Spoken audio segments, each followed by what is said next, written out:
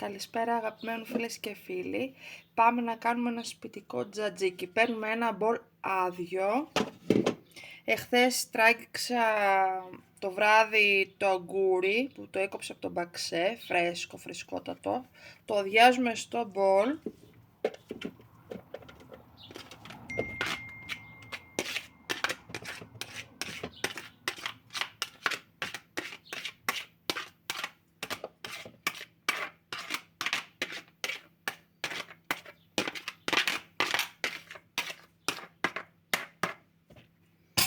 Μετά βάζουμε το γιαούρτι το στραγγιστό.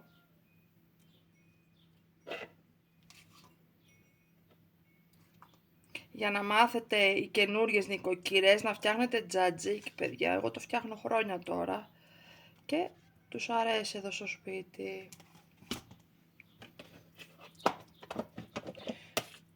Το ανακατεύουμε. Μου πέσαν και τα...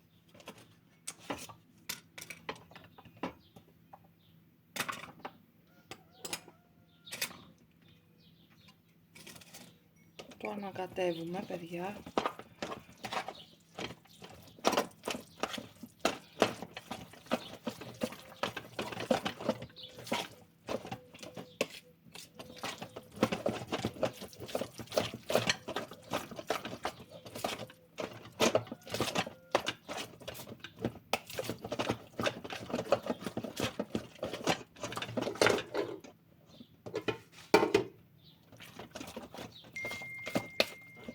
Να γίνει κάπως έτσι το τζατζίκι με το γιαούρτι.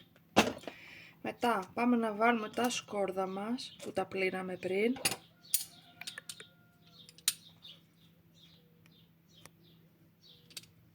Πάμε να βάλουμε τα σκόρδα μας.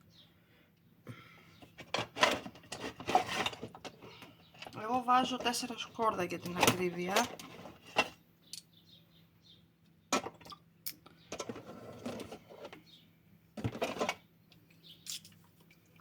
Αυτό το μηχάνημα που είναι για τα σκόρδα.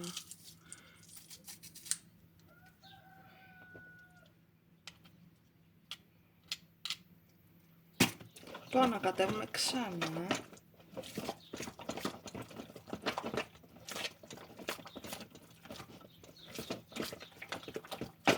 Πάμε να βάλουμε λάδι, ελαιόλαδο, μια μικρή ποσότητα. Ανακατεύουμε πάλι. Πολύ καλά.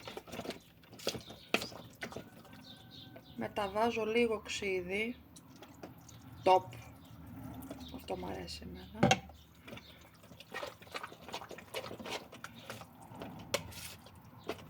Και πάμε να βάλουμε λίγο αλατάκι στο τέλος.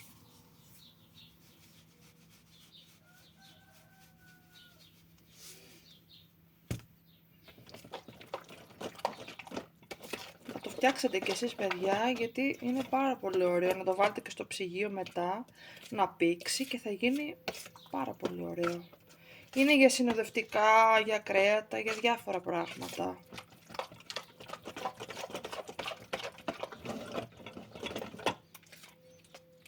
Δεν αργήσαμε, παιδιά.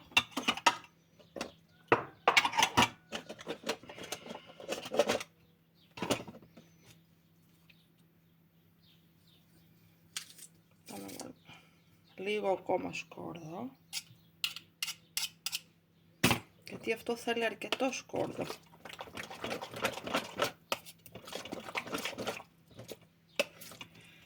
Ούτε 5 λεπτά δεν μας πήρε, παιδιά, να το φτιάξουμε. Είναι γρήγορο και εύκολο.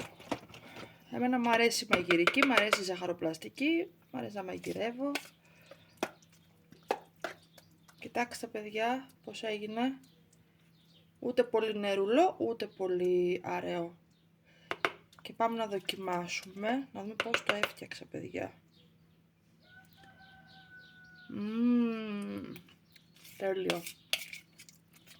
Και αγκουράκι από τον μπαξέ θα γίνει ακόμα πιο νόστιμο, παιδιά. Τέλειο. Αυτό ήταν σήμερα το βιντεάκι με το τζατζίκι μου. όπως το φτιάχνω εγώ.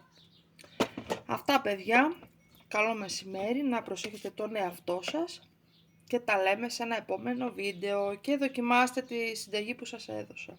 Φιλάκια πολλά, καλό μεσημέρι.